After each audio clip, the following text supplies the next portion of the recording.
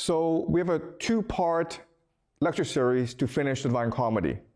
So today we start part 1, and then next Wednesday we do part 2. So the Divine Comedy is the most influential work of literature in European history. Why? Because Dante's comedy will give rise to the Protestant Reformation, as well as the Scientific Revolution, the Enlightenment, Renaissance, basically modernity itself. Okay? So the question is, how did Dante accomplish this? He accomplished this basically by responding to Virgil. Okay? So for the longest time, for about 1,000 years, Virgil was the most dominant thinker in European history. And Virgil's Aeneid, which we read, becomes the basis for Augustine. He wrote 2 major books, Confessions and City of God. And this will become the basis of the Catholic Church. All right? So how did Virgil come to become the soul of the Catholic Church? He came up with the idea of human nature, okay? So Augustine will emphasize the idea of original sin. Okay, so the original sin was an act of disobedience when Adam and Eve ate from the tree of the fruit, the tree of knowledge, okay? They ate the fruit from the tree of knowledge. And that's an act of disobedience because God explicitly said, you can do whatever you want in this Garden of Eden, but don't eat that fruit. And they disobeyed God. And Augustine points out that what compelled this original sin is pride. We humans cannot bear to serve God, to be humble before God. We seek to overthrow God. And so God had no choice but to punish us. Okay? So what drives this original sin? What drives this original sin is that, yes, it is true that God, He breathed life into us, okay? He breathed life into us so that our soul is the divine spark. That is true. The problem, though, is that our bodies are made from dust, okay? Dust. And as a result, because we are dust, we strive for dirty things, such as lust, pride, gluttony, sloth. They're the 7 deadly sins. Okay? And we can't help ourselves. And the only way to repair the world, the only way for us to seek salvation and redemption, the only path to heaven is obedience. Okay? What Virgil will call piety. And so, as long as we are loyal to the Catholic Church, we'll be fine. The Catholic Church will guide us like a shepherd guides his flock to heaven. But what's really important to understand is that our nature is dirty. We are sinful by nature, and therefore we can't trust our own intuition. Okay? And this becomes a framework for medieval Europe, which lasts about 1,000 years. And this is what led to something called the Dark Ages, when basically the entire world surpassed Europe in terms of innovation, wealth, and intellectual creativity. So what Dante is going to do is he's going to assert the power and the truth of individual intuition. Okay? So the major argument that Dante is going to make is that, yes, it is true that we are made of dust. It is true that with bodies, we seek pleasures. But that divine spark in us, it never went away. And much more importantly, that divine spark still connects us to God. Okay? So as long as we're able to activate this divine spark, we can be imaginative. We can seek truth for ourselves. We don't need the Catholic Church. All right? So Dante, what he's doing is he's asserting the primacy of love. We don't need to obey others. We don't need the church, because love, if we just activate the love within us, this will connect us back to God. And this connection will drive our imagination, which will make us creative. And creativity is the ultimate purpose of the universe. Okay? So what I will do in this two-part lecture series is, in the first part, look at Virgil, what the argument he's making, okay? And then on Wednesday, I will conclude with Dante. All right? So any questions so far about this framework? Okay. So again, the argument, the debate, it's very simple. Is human nature fundamentally good or bad? Okay, if you think it's bad, then you need to create a hierarchy to control human behavior. But if like Dante, you're optimistic, then you don't need to control human behavior. In fact, you want to encourage individual intuition as much as possible. Okay? So that's a fundamental debate. All right. So let's look at the basic structure of the Divine Comedy, okay? So we've read the entirety of Inferno, okay? And from Inferno, Virgil and Dante will go to Purgatory, where souls will cleanse themselves of sins so that they are ready to go to paradise. Okay? So we're going to look at Purgatory today, and then next class we'll look at paradise. All right, so Purgatory is modeled very much in a very similar way as the Inferno, okay? So the wonderful thing about the Divine Comedy is it's structured, it's very visual.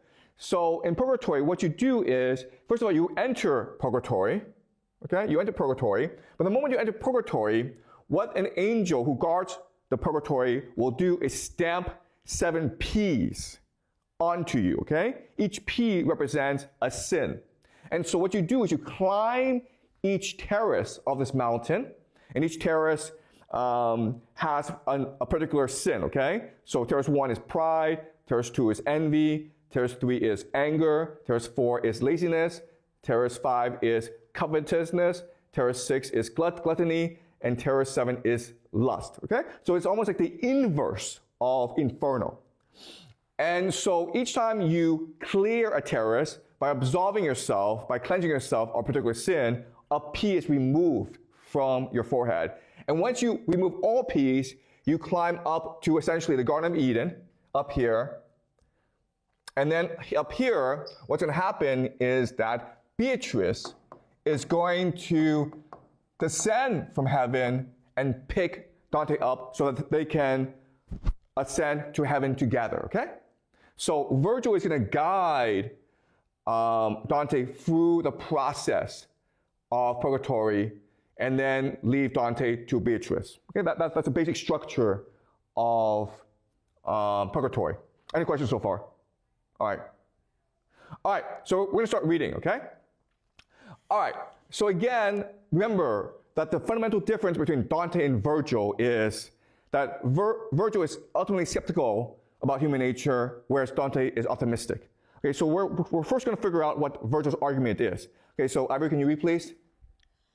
And even as I turned toward him, I asked, what did the spirit of Romagna mean when he said, sharing cannot have a part? And his reply, he knows the harm that lies in his worst vice.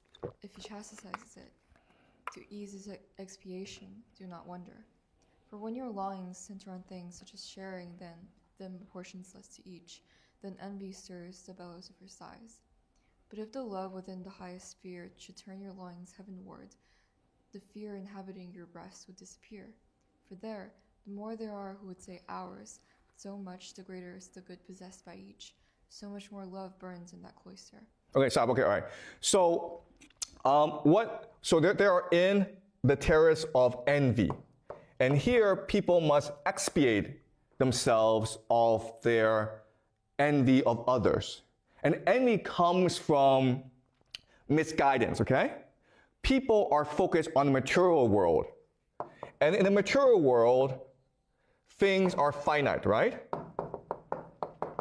So we struggle over food, over water, over wealth. But if we focus on the spiritual world, if we focus on God, okay, the spiritual, then resources are infinite, okay?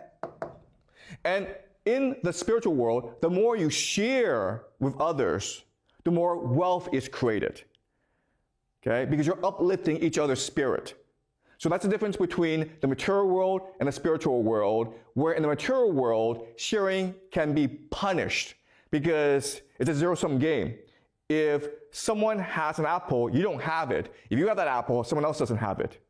But in the spiritual world, which focuses on love, generosity, forgiveness, the more you love, the more generous you are, the more generosity it creates in the world, right? If you smile at someone, that other person smiles back at you. If you're kind to that person is kind to others. Right? So that is the misconception. That's why people have envy, because they are ignorant of the nature of the universe. Envy is too much of a focus on the material world, and to expiate yourself of envy, you must focus on the spiritual world.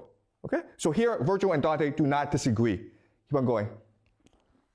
I am more hungry now for satisfaction, I said. I of course, is Dante, right? Keep on going. Then if I had held my tongue before, I host a deeper doubt within my mind.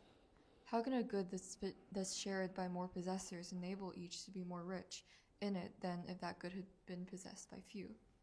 And he to me, but if you still persist in letting your mind fix on earthly things, then even from true light you gather darkness.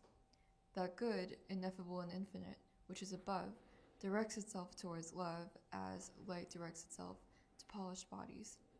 Where ardor is, that good gives of itself, and where more love is, there that good confers a greater measure of eternal worth.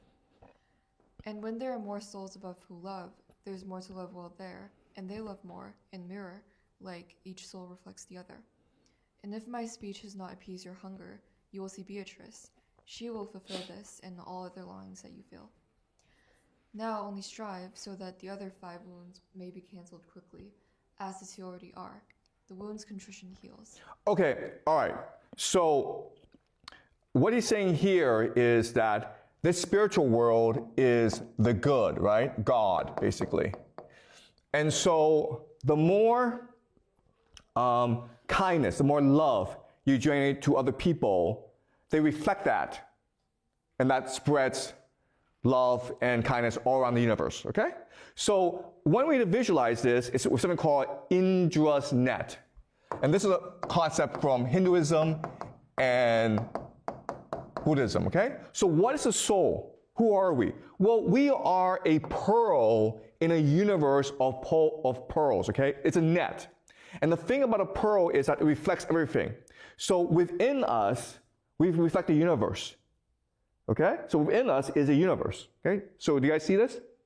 And the idea here is that our souls are a fractal of the universe. And therefore, whatever we do is reflected throughout the entire universe.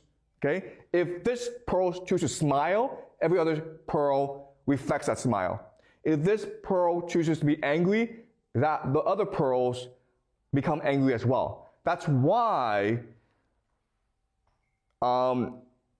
being sinful or being good is so important, because literally we have the entire fate of the universe in our hearts. Okay? So again, Dante and Virgil do not disagree here. So do you guys understand the concept here? This is very important for Dante, okay? And this concept is something that will be expanded on when we get to paradise. That we are just a reflection of the entire universe. All right, can you continue, Ivory? Tell me, my gentle father, What offense is purged within the circle we have reached? Although our feet must stop, your words need not. And he to me, precisely here, the love of good that is too typically pursued is mended. Here the lazy hour applies harder. But so that you may understand more clearly, now turn your mind to me, and you will gather some useful fruit from our delaying here. My son, there is no creator and no creature who ever was without love, natural or mental, and you know that. Okay, so here the idea of love is just a reflection of God. Okay, remember, God breathed his life into Adam, and so we have the aspect of God in us. Okay, so everything has love in it. The question is the degree of love, and the question is how impact is love in our lives. Okay, keep on going. The natural is always without error, but mental love may choose an evil object or err through too much or too little vigor. As long as it's directed towards the first good and tends towards secondary goods with measure, it cannot be the cause of evil pleasure. But when it twists towards evil, or attends to good with more or less care than it should, those whom he made have worked against their maker. Wait, stop. Okay, so this is the idea of a duality, right? Where you have the soul, and the soul is pure love, and it comes from the divine, and it's eternal. Therefore, it's always good. The problem is that the soul is inside a body, okay? The body is made of dust. And as a result, it's constantly striving towards evil. And so within us is this constant conflict between the soul and the body, which seeks material pleasures, which basically seeks sin. All right? And again, what Virgil will say is, honestly, most of us basically cannot withstand the temptation. And that's why we need the church and authority and obedience. Okay, keep on going. From this you see that, of necessity, love is the seed in you of every virtue and of all acts deserving punishment. Now, since love never turns aside its eyes from the well-being of its subject, things are surely free from hatred of themselves, and since no being can be seen as self-existing and divorced from the first being, each creature is cut off from hating him.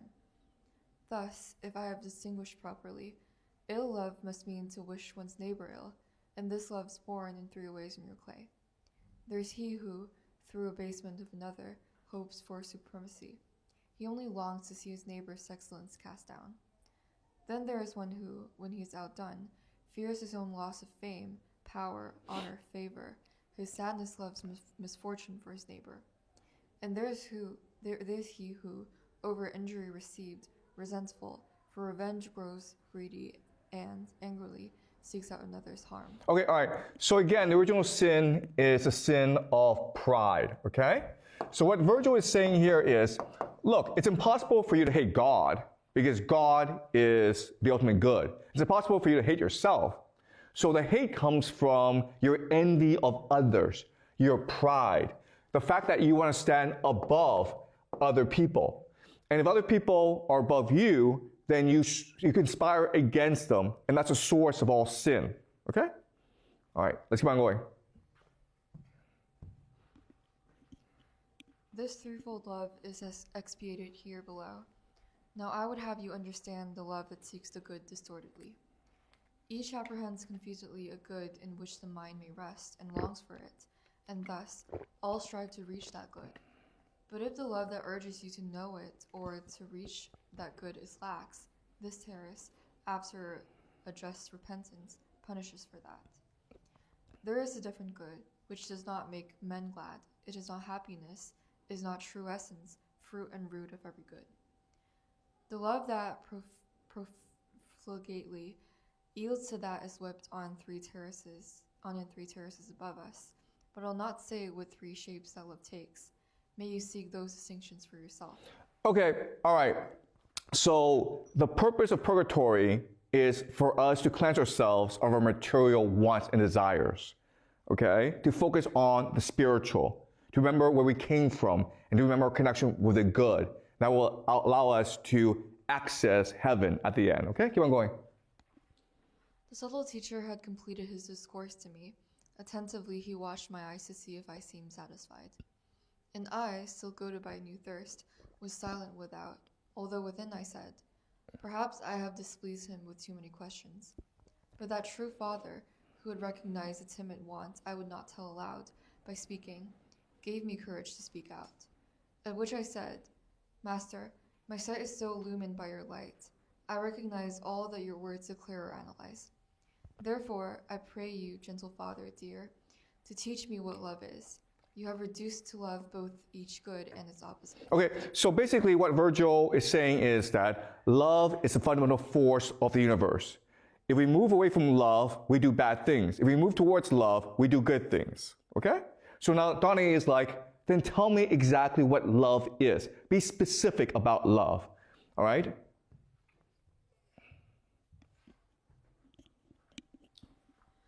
He said, direct your intellect's sharp eyes toward me, and let the error of the blind who'd serve as guides be evident to you. The soul, which is created quick to love, responds to everything that pleases, just as soon as beauty awakens it to act. Your apprehension draws an image from a real object and expands upon that object until soul has turned toward it, and if, so turned, the soul tends steadfastly. Then that propensity is love. It's nature that joins the soul in you, anew, through beauty. Then, just as flames ascend because the form of fire was fashioned to fly upward toward the stuff of its own sphere, where it lasts longest, so does the soul, when seized, move into longing, a motion of the spirit, never resting till the beloved thing has made it joyous. Okay, so this is really important, okay? So let's try to understand what he's saying here. So the soul comes from the divine, okay? It is a memory of God. And it is inside a body, okay? A body that allows it to experience the world. This body confuses the soul, and the soul is lost. And the soul believes that whatever is beautiful, I must seek, okay? So the soul, if you leave it alone, it's gonna want to return to God. But if it sees something beautiful, okay, it doesn't know if it's good or bad, okay? All it knows is like, I want to go to it.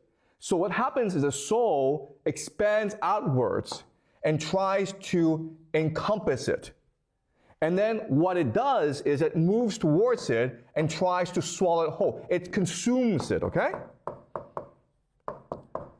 Right? So think of Dido and Aeneas, where Dido sees Aeneas in the Iliad, falls in love with him, and he must have him, okay? He moves towards him and tries to consume him.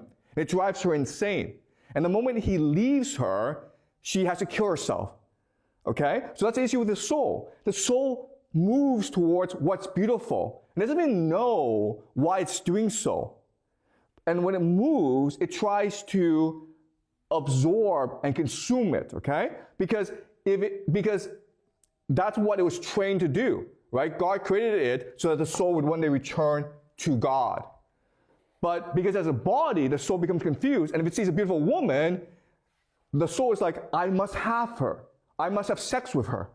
It doesn't matter if I rape her. It doesn't matter if I marry her. I don't really care, but I must have her. I must control her, okay? I must consume her. All right, keep on going. Now you can plainly see how deeply hidden truth is from scrutinists who would insist that every love is, in itself, praiseworthy.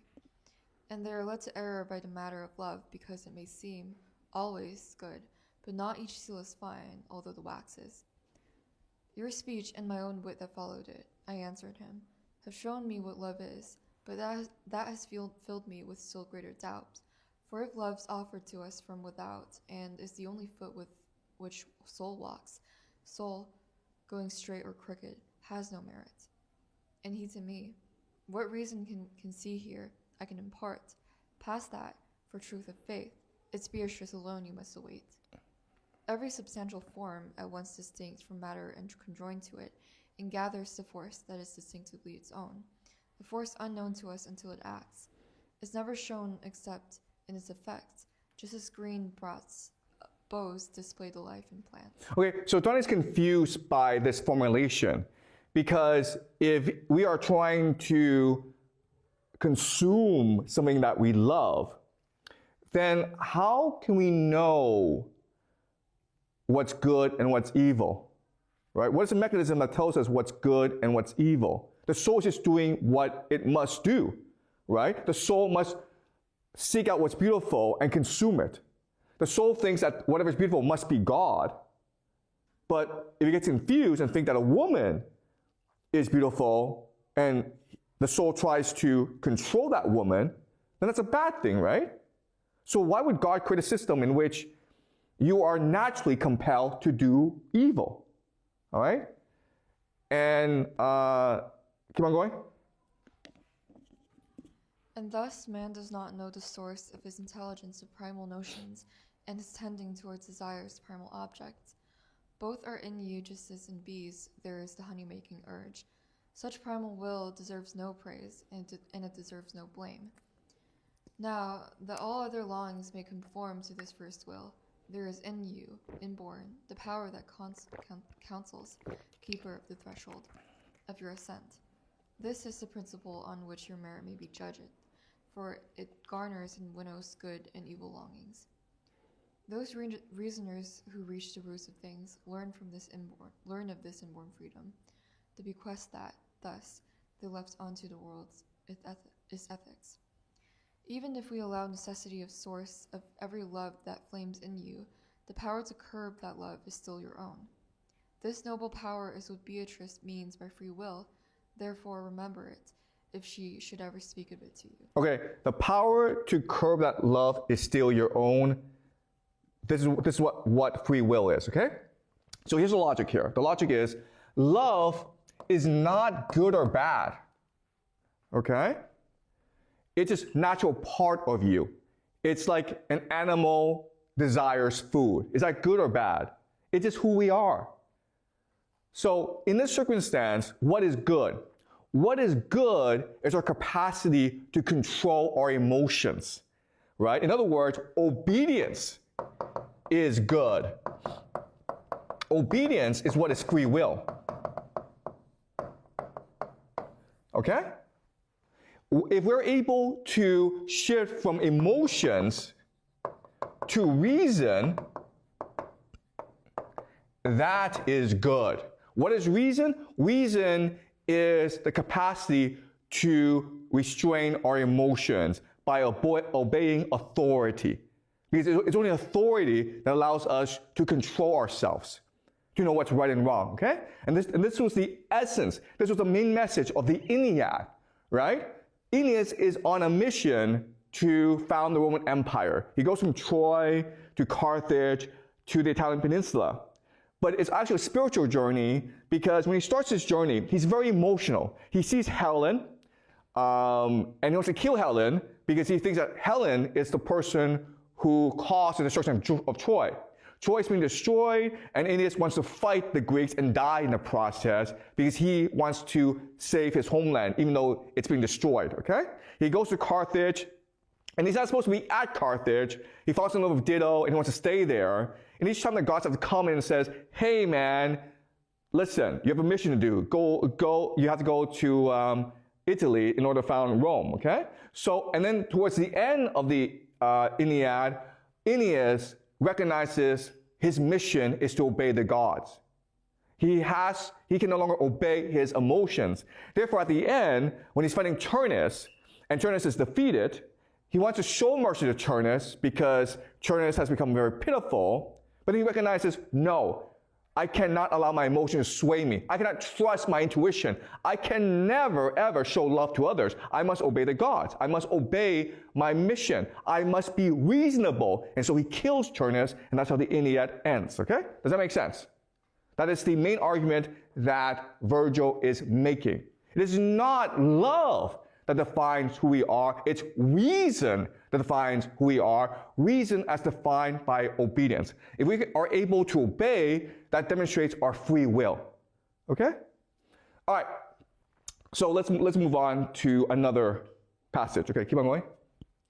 Natural thirst that can never be quenched except by water that gives grace.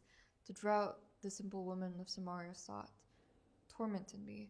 Haste spurred me on the path crowded with souls behind my guide, and I felt pity, though their pain was justified.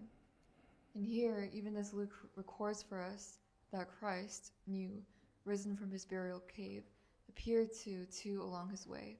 A shade appeared, and he advanced behind our backs while we were careful not to trample on the outstretched crowd. We did not notice him until he addressed us with, "God give you, O my brothers, peace." We turned at once. Then, after offering suitable response, Virgil began, "And may that just tribunal, which has consigned me to eternal exile, place you in peace within the blessed assembly." Okay, so what's happening here is that Virgil and Dante are making their way up the mountain, okay? And there's 7 terraces. And a soul has to clear all 7 terraces before the soul can enter paradise. When a soul is able to complete the mission, the entire mountain shakes, okay? And there's an earthquake to signal that a soul has been cleansed of all sins and is now about to ascend. So there's a shade, okay, who is in a rush to ascend to heaven because he's cleared all 7 terraces. And so he's going to rush to heaven. It's been 500 years. And so he meets Virgil and Dante. They're in his way, and it's like, "Excuse me, please, I'm on my way." And Virgil's like, "Okay, sure, all right." Keep on going. "What?" he exclaimed as we moved forward quickly. "If God's not deemed you worthy of ascent, who's guided you so far along his stairs?" "If you observe the signs the angel traced upon this man," my teacher said, "you'll see plainly. He's meant to reign with all the righteous. But since she who spins right and night and day had not yet spun the spool that Clotho sets upon the distaff and adjusts for everyone, his soul, the sister of your soul and mine, in his ascent, could not alone have climbed here, for it does not see the way we see. Therefore I was brought forth from hell's broad jaws to guide him in his going. I shall lead him just as far as where I teach can reach. But tell me, if you can, why just before the mountain shook and shouted, all of it, for so it seemed, down to its sea, bathed shore." Okay, so the soul is confused because if you reach this point in the mountain, then you're going to heaven. So you should be going as fast as possible. And then Virgil's trying to explain that actually they are not part of purgatory. Okay? Keep on going.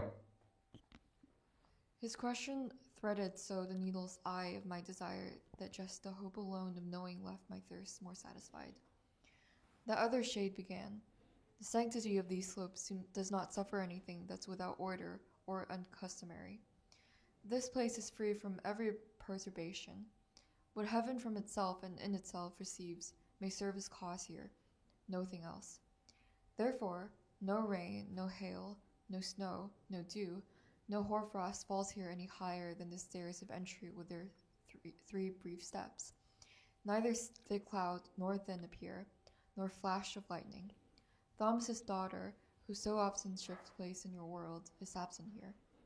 Dry vapor cannot climb any higher than to the top of the 3 steps of which I spoke, where Peter's vicar plants his feet. Below that point, there may be small or ample tremors.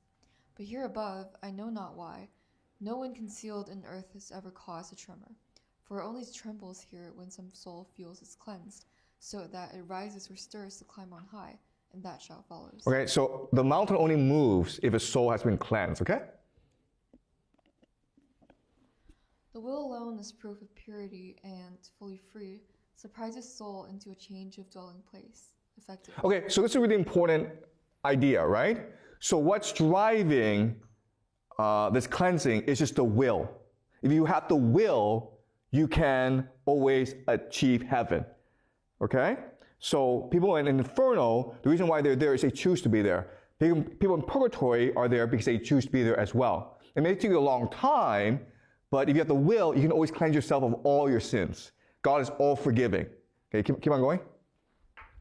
Soul had the will to climb before, but that will was opposed by longing to do penance, as once to sin, instilled by divine justice. Okay, this is very important, okay, guys? The issue is not that God has not forgiven us. The issue is that we have not forgiven ourselves. You understand? We want to do penance in order to make ourselves worthy of God. Okay, keep on going. And I, who have lain in the suffering 500 years and more, just now have felt my free will for a better threshold. Thus, you heard the earthquake and the pious spirits throughout the mountain as they praised the Lord, and may he send them speedily upward. So did he speak to us, and just as joy is greater when we quench a greater thirst, the joy he brought cannot be told in words. In my wise guide, I now can see the net impeding you, how one slips through, and why it quakes here, and what makes you all rejoice. And now may it please you to tell me who you were, and in your words may I find why you've lain here for so many centuries. Okay, so this is a really important correction to Virgil's understanding. Okay, Virgil believes that a soul moves to whatever is beautiful. Okay, so obviously if you're close to God, you want to go to God as soon as possible. But this person here is saying, no, that's not true actually. The soul, yes, wants to move to God, but the soul is love. If you truly love God, you must first love yourself. That means cleansing yourself of all sins so that you are worthy to be with God, okay? So love seems to be also restraint and judgment.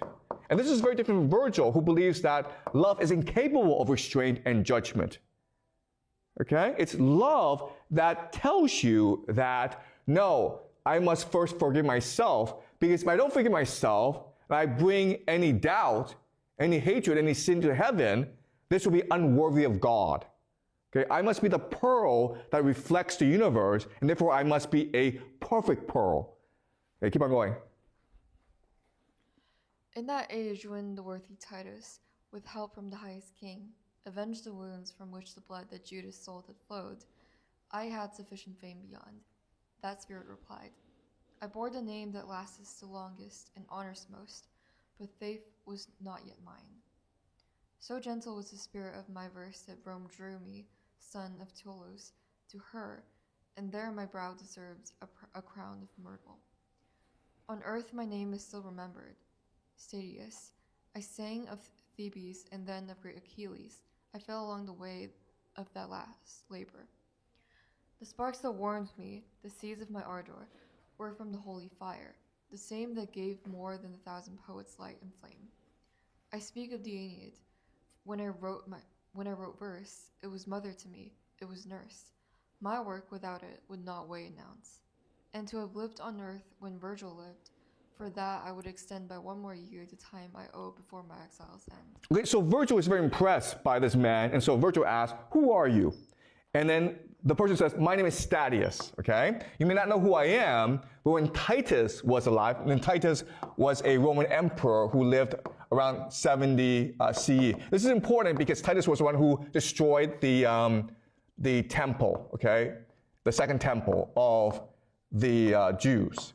Okay, so he's a very important figure in Christian mythology. And he's saying that during this time, and this is only like 40 years after the death of Jesus, and Jesus is not very well known at this point in history. Statius says that I was a poet, okay, but he was a Latin poet. And who was my hero? Virgil, okay? But not only is Virgil my hero, the Aeneid was my mother. She nursed me. She fed me. I aspire to be Virgil. I want to write the Aeneid. Okay? So now what happens is you have a paradox created, right? Where we just said that Virgil is in hell because he wrote the Aeneid and because he's proposing a theory of love that's not consistent with God. How is it possible that a son of his, a student of his, named Statius, how is he able to ascend to heaven? Okay? This is really weird. It's a paradox. And we'll see a lot of paradoxes in the Divine Comedy. Okay, keep on going. These words made Virgil turn to me, and as he turned, his face, through silence, said, "Be still." And yet the power of will cannot do all, for tears and smiles are both so faithful to the feelings that have prompted them that true feeling escapes the will that would subdue. Okay, stop. Okay, right. So you have this scene, right, where Virgil and Dante are talking to Statius. And Statius doesn't know who they are. and having this conversation, and Virgil's saying to Statius, who are you? And Statius is saying, I admire Virgil the most. And Dante is like, oh my God, wow, Virgil. And so Dante feels tremendous happiness for both Virgil and for Statius. Virgil because he's found a fan, and Statius because he's found his mentor. What is strange though is Virgil's reaction. Virgil's saying to Dante, shut up, man. I know what you want to do. I know you want to tell him, but don't do it. Keep quiet. I don't want him to know who I am. This is a paradox. This is a paradox. Why would you do that? Also, remember, Virgil has shown tremendous respect and admiration to Statius for being able to cleanse himself of all his sins and to be able to ascend to heaven, right? So Dante is so confused by this that he doesn't actually respond to Virgil's command to shut up. Dante is actually going to tell Statius that, yes, this is Virgil, man. Keep on going. But I smiled like a man whose eyes was signal. At this, the shade was silent, and he stared where sentiment is clearest, at my eyes, and said, so may your trying labor end successfully. Do tell me why, just now, your face showed me the flashing of a smile. Now I am held by one side and the other. One keeps me still, the other conjures me to speak.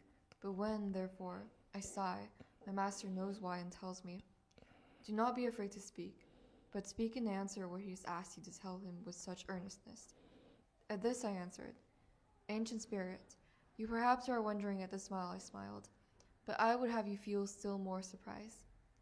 He who is guide, who leads my eye on high, is that same Virgil from whom you derived the power to sing of men and of the gods. Do not suppose my smile had any source beyond the speech he spoke. Be sure, it was those words you said of him that were the cause. Now he had bent to kiss my teacher's feet, but Virgil told him, brother, there's no need. You are a shade is what you see.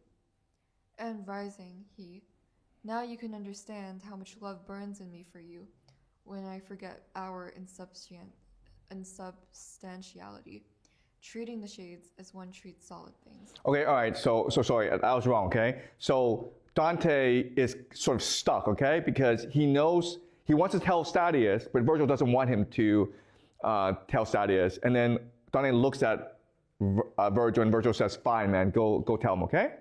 And as you can see, Statius is ecstatic. And he's so ecstatic that he forgets that he's actually just a shade. He has no body. So he goes down and he kisses Virgil's feet. And Virgil's like, stop this, man. You're just a shade. You're just a shadow. You can't actually kiss my feet. And so this shows both Statius' excitement, but also shows Virgil's embarrassment. He's embarrassed by all this. He's mortified, in fact. He is so embarrassed by all this. And this is very confusing. You've got this huge fan, Statius, and he's a great person, and he should be ecstatic about this. So why is he so mortified? And the logic is this, okay? Let's imagine that you guys take the great books with me, okay? And then you go on to America, where you go to Harvard and become a professor of Dante. Okay, and then you come back, and I don't know that you're now teaching at Harvard and you're teaching Dante, but you come back, and I'm still here after 20 years, unfortunately. And you say to me, Professor Jiang, I want to take you out to lunch because you're such an inspiration. I was like, okay, sure, I'm very happy about this. And then I ask you, hey, where are you teaching now? And you say, Harvard. I'm like, okay, I need to go now, guys. Okay, see you later, okay? So this is what's happening here, where Statius is supposed to be lower than Virgil. He's supposed to be Virgil's student, but how is it that Statius is able to transcend Virgil? Virgil's still stuck in limbo, but Statius is going to heaven. Okay, what happened? All right, keep on going. Virgil began. Love that is kindled by virtue will, in another, find reply, as long as that love's flame peers without. So, from the time when Juvenal, descending among us in hell's limbo, had made plain the fondness that you felt for me. My own benevolence towards you has been much richer than any ever given to a person one has not seen. Thus, now these years seem short. But tell me, and as friend, forgive me if excessive candor lets my reins relax, and as a friend, exchange your words with me. How was it that you found within your breast a place for avarice when you possessed the wisdom you had nurtured with such care? Okay, so Juvenal is another poet that's a contemporary of Statius. Okay, so this is really where Statius is able to ascend to heaven, but Juvenal goes to limbo. Remember, limbo is a place not for bad people, it's for people who were born before Christ, or who never really acknowledged Christ, okay? So most people end up in limbo.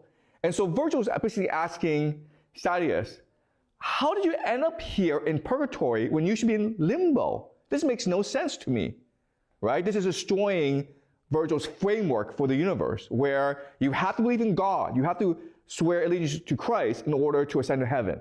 Okay, keep on going. These words at first brought something of a smile to Statius. Then he answered, "Every word you speak to me is a dear sign of love. Indeed, because true causes are concealed, we often face deceptive reasoning and things provoke perplexity in us. Your question makes me sure that you're convinced, perhaps because my circle was the fifth, that in the life I once lived, avarice had been my sin. Know then that I was far from avarice. It was my lack of measure thousands of months have punished. And if I had not corrected my assessment by my understanding what your verses meant when you, as if enraged by human nature, exclaimed, 'Why cannot you, O holy hunger for gold, restrain the appetite of mortals?'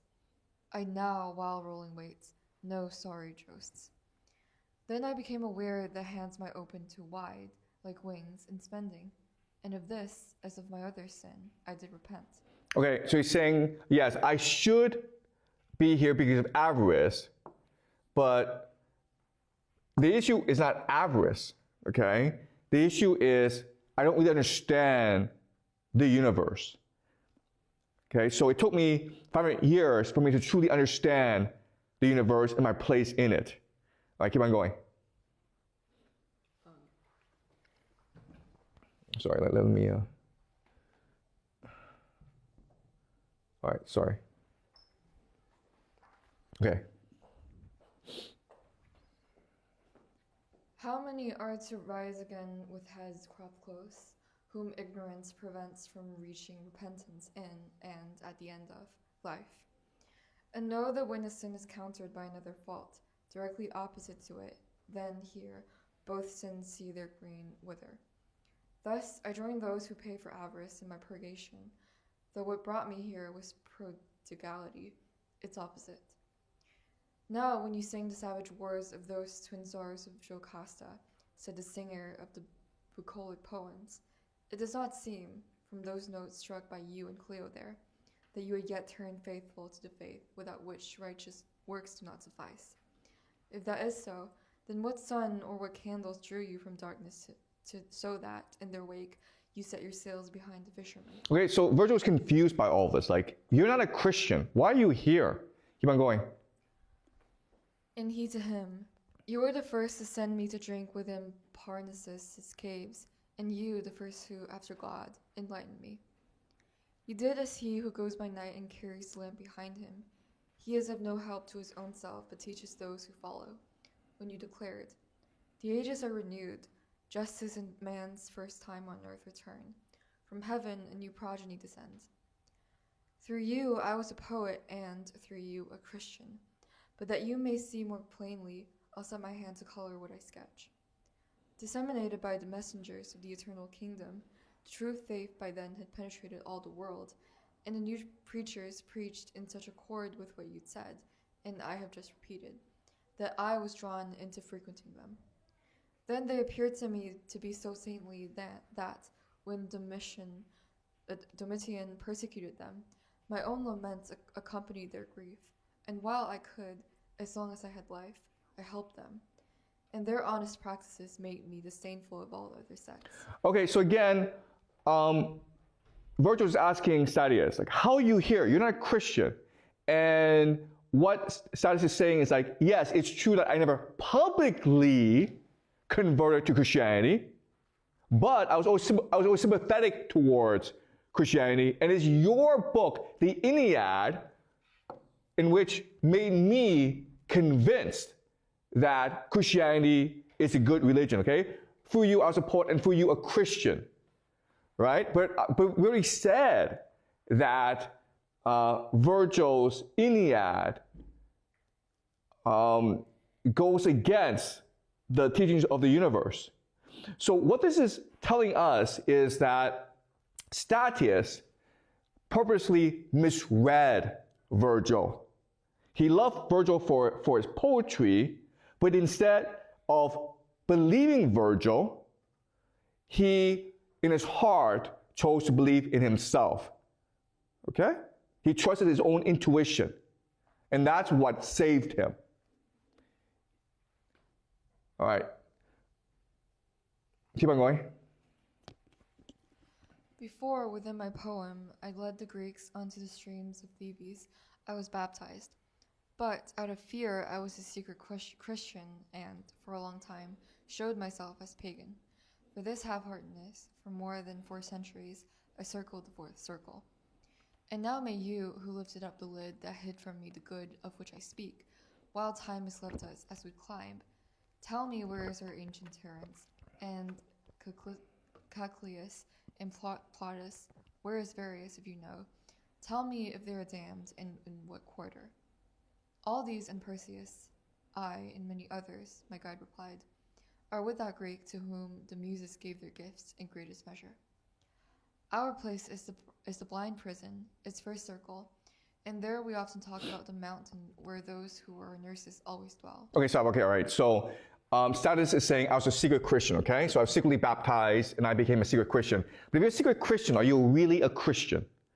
So again, there are many ways that you can interpret this, okay? But obviously, this is a paradox. And this is confusing Virgil. And it's telling us that maybe everything that Virgil says is not correct, okay? This is actually subtly and with nuance undermining the argument of Virgil. Okay, all right, so now we are moving towards the final part of Purgatory when Dante is able to ascend to the mountaintop where Beatrice will come and meet him, okay? Keep on going. I have at times seen all the eastern sky becoming rose as day began seen, adorned in lovely blue, the rest of heaven, and seen the sun's face rise so veiled that it was tempered by the mist and could permit the eye to look at length upon it. So, within a cloud of flowers that were cast by the angelic hands, and then rose up and then fell back, outside in the chariot, a woman showed herself to me. Above a white veil, she was crowned with olive bows. Her cape was green, her dress beneath, flame red. Within her presence, I had once been used to feeling trembling, wonder, dissolution, but that was long ago. Still, though my soul, now she was veiled, could not see her directly, by way of hidden force that she could move, I felt the mighty power of old love. Okay, so Dante has not seen Beatrice in a long time, in decades. And his heart has loved Beatrice all his life. And so he's really excited that Beatrice is before him, okay? His entire body shakes. And his first response is he wants Virgil to share in his happiness because he owes everything to Virgil. It's Virgil that brought him through Inferno and brought him through Purgatory so that he may finish his journey with Beatrice, okay? So that's what Dante wants. He wants to share his happiness with his teacher, Virgil. Keep on going. As soon as that deep forest had struck my vision, the power that, when I had not yet left my boyhood, had already transfixed me. I turned around and to my left, just as a little child, afraid or in distress, will hurry to his mother, anxiously, to say to Virgil, I am left with less than 1 drop of my blood that does not tremble. I recognize the signs of the old flame. But Virgil had deprived us of himself. Virgil, the gentlest father. Virgil, he to whom I gave myself for my salvation. And even all our ancient mother lost was not enough to keep my cheeks, though washed with dew, from darkening again with tears. Okay, so he is extremely happy. He's ecstatic to see Beatrice. He turns to Virgil, and he's just assuming that Virgil is beside him. And he says, and he wants to tell him how happy he is. And then when he sees that Virgil is not there, Virgil has disappeared, he becomes despondent. His ecstasy becomes a depression. Okay? That's how high he's gone, and that's how low he's fallen. Because all he wants is share his happiness with Virgil. But Virgil has run away. So this is a paradox again, okay? The Divine Comedy is nothing but paradoxes. Why did Virgil run away? Right? Okay? This makes absolutely no sense. First of all, Virgil should be proud and happy for Dante, right? He loves Dante. Dante wants to be with Beatrice again, and Virgil made it happen. You would think that he would want to see Dante and Beatrice together again, okay? That's one problem. Another problem is that Beatrice was the one who asked Virgil to take Dante on this journey. So Beatrice owes him a favor. And you would think that Virgil can say, hey, Beatrice, I did you this favor, so maybe you can do me a favor and like get me into heaven, right? This is like really strange. And the third problem is that this is like really awkward, okay? This is like really strange. The least you can do is basically say to Beatrice, listen, I brought Dante here and now he's yours. Okay, that's a polite thing to do.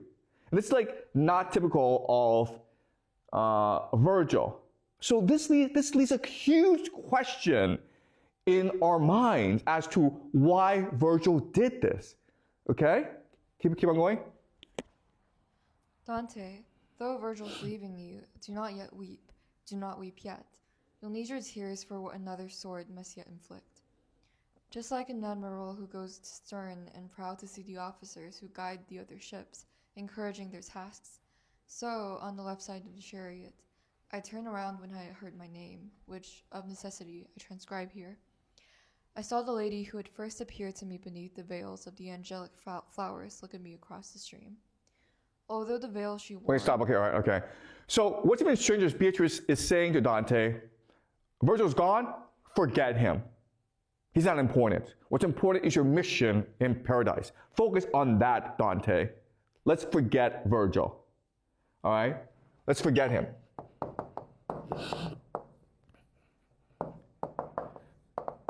And this creates a huge paradox in our minds. What is going on here? Why did Virgil run away? Okay? And again, you can interpret this as many ways as you want, and there's no right or wrong answer. But one interpretation is that Virgil is first and foremost, he believes he is right. He is in hell because he believes that he should be there. No one put him there. He just put himself there. And he believes he should be there because God can only let in those who are Christians, okay? And along the way, we discover that's not actually true. Cato, who is not a Christian, is the guardian of purgatory. Statius, who is a secret Christian, he's able to ascend to heaven. So clearly, Virgil's framework is wrong. Virgil does not want to see Dante and Beatrice together again, okay? Because the relationship between Dante and Beatrice is the opposite of the relationship between Virgil and Dido, okay? Both are literary creations. The difference is that Dante put Beatrice into paradise, whereas Virgil put Dido into hell, right? In the Inferno. Dante believes that love is fundamentally about giving, whereas Virgil believes that love is fundamentally about receiving and conquering. Okay? So these are two major dichotomies. And Virgil does not want to see the power of Dante's love for Beatrice, where Beatrice rejected him. Beatrice was never with him, but Dante kept on loving her, okay? Dante was willing to give. He understood that true love is about sharing, it's about bestowing, it's about giving yourself. Whereas Virgil has always claimed that love is about taking, about consuming, about controlling, okay? So that's why Virgil had to leave, because he did not want to be wrong, okay? He did not want his worldview to be destroyed. So he would rather burn in hell for all eternity than to say, I am wrong. Okay? All right, any questions? All right, so we will finish Divine Comedy next Wednesday.